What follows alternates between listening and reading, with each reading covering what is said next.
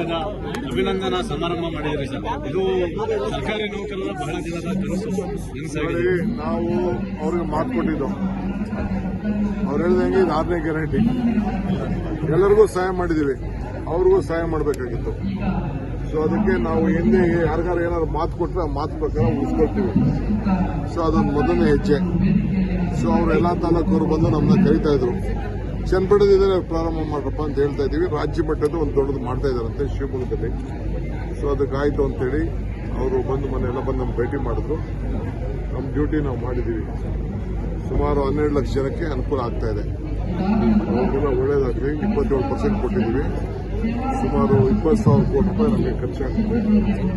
ಸಹಾಯ ಮಾಡಿದ್ವಿ sir. NPS OPS ವಿಚಾರದಲ್ಲಿ ಸರ್ ಸರ್ಕಾರ ಏನ್ ತೀರ್ಮಾನ ತಗೊಳ್ಳುತ್ತೆ ಅದೊಂದು ದೊಡ್ಡ ಬೇಡಿಕೆ. ನಾವು ಮೆಂಬರ್ಸ್ ಮಾಡಬೇಕು, ಮೆಂಬರ್ಸ್ ಮಾಡ್ತಾ ಇದೀವಿ. ಎಲ್ಲೆಲ್ಲಿ ಇಂಪ್ಲಿಮೆಂಟ್ ಆಗಿದೆ ಎಲ್ಲ ಕಡೆ ಕಳಿಸ್ಕೊಡ್ತಾ ಇದೀವಿ.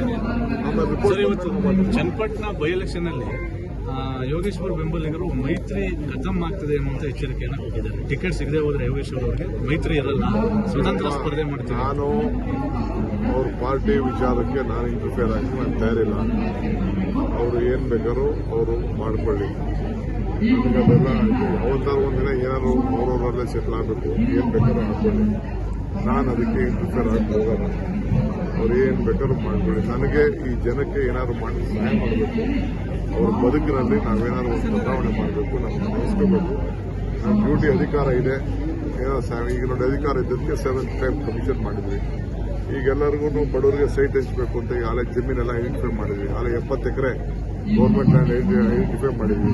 ಇನ್ನು ಎಷ್ಟೆಷ್ಟಿದೆ ಎಲ್ಲ ಪರ್ಚೇಸ್ ಮಾಡಿ ಅಂತ ಕೂಡ ಹೇಳಿದ್ದೀನಿ. ಎಲ್ಲ ಬಡವರಿಗೆ ಯಾರು ಸೈಟ್ ಇಲ್ಲ, ಯಾರು ಮನೆ ಇಲ್ಲ, ಯಾರು ಸಾಲ ಬೇಕು, ಯಾವ ಊರು ಬೇಕು, ಅಷ್ಟು ಕೆಲಸ ಮಾಡ್ಕೊಡ್ತಾರೆ. ಕಾಂಗ್ರೆಸ್ ಮೌನ ಆಗಿದೆ ಸರ್. ಇಲ್ಲಿ ಏನ್ ಬೇಕಾದ್ರೂ ಹಿಂದೆ ಕಿತ್ತಾಡಿದ್ರು, ಇನ್ನೇನು ಕಿತ್ತಾಡಿದ್ರು, ಒಂದಾಗ್ಯಾವ.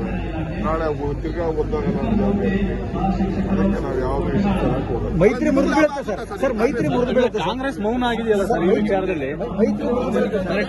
ಟಿಕೆಟ್ ವಿಚಾರವಾಗೂ ಯಾವುದೇ ಮಾಹಿತಿ ಇಲ್ಲ ಸರ್.